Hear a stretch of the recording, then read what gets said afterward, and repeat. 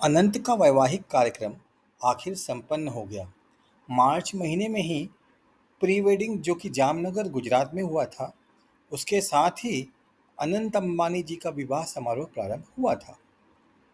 Pre wedding की भव्यता को देखते हुए लोगों ने कयास लगाना प्रारंभ कर दिया था कि विवाह का मुख्य कार्यक्रम अति भव्य तो होगा, लेकिन आखिर होगा कहाँ?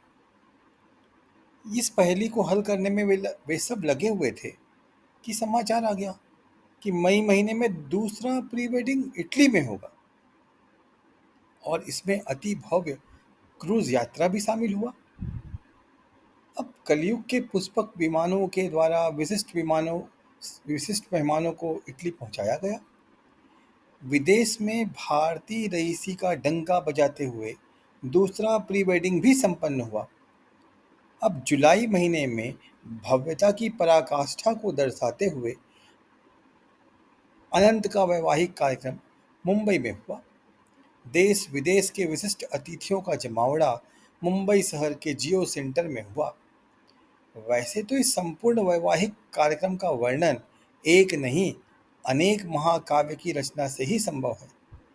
विवाह के आखिर आखिर में यह बड़ा चर्चा का विषय बना कि अनंत जी के 25 विशिष्ट मेहमानों को 2-2 करोड़ का हीरा जड़ा हुआ घड़ी उपहार दिया गया।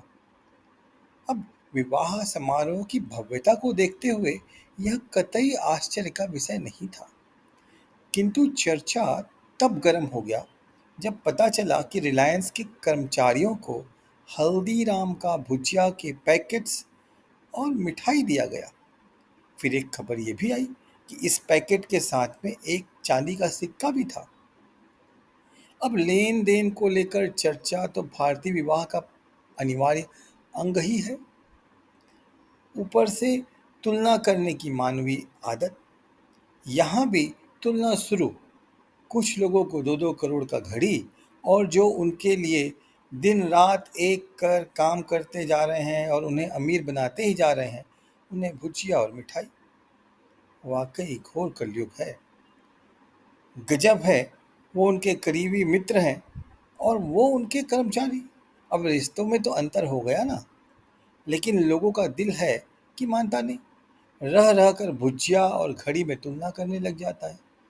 तो ऐसा तुलना करने वाले सुनो, मान लो कि कर्मचारियों को 20-20 लाख की घड़ी दे दी जाती, तब क्या होता?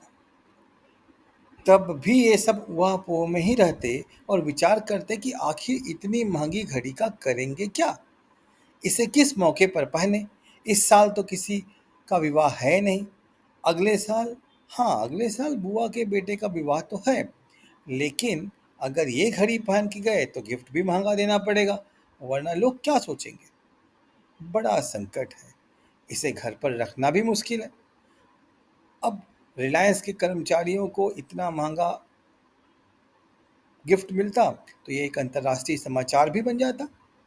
अब होता ये कि तमाम चोर उचक्के भी अपने अच्छे दिन का सपना बुनने लगते। इसलिए इस घड़ी की सुरक्षा के लिए लोगों को बैंक के लॉकर में इसे रखना पड़ता। लेकिन आखिर कितना दिन तक रखते?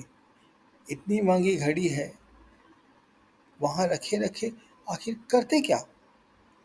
अब अगर वो ये सोचते कि चलो इसे बेच देते हैं, तो इतनी महंगी घड़ी खरीदने के औकात तो हर किसी का होता नहीं है, और जिनका है उन्हें तो अंबानी जी ने पहले ही 2-2 करोड़ का घड़ी दे रखा है।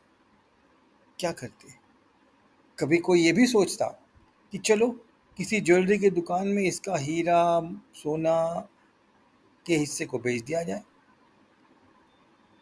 अर्थात ये सारे के सारे इसी ऊहापोह में लगे रहते और अंततः ये सोचते कि अरे भाई ये क्या बवाल दे दिया अंबानी जी ने। इसी ऊहापोह में रिलायंस के अधिकांश कर्मचारी लगे रहते और उनके कार्य की उत्पादकता भी कम हो जाती। आखिरकार उस पर असर तो पड़ता ही। इन्हीं सब बातों को विचार के करने के पश्चात अंबानी जी ने सबको उनके उनके हिसाब से ही रिटर्न गिफ्ट दिया है, ताकि गिफ्ट पाने वाले के जीवन में उथल पुथल न हो और उनका जीवन व्यवस्थित रूप से चलता रहे।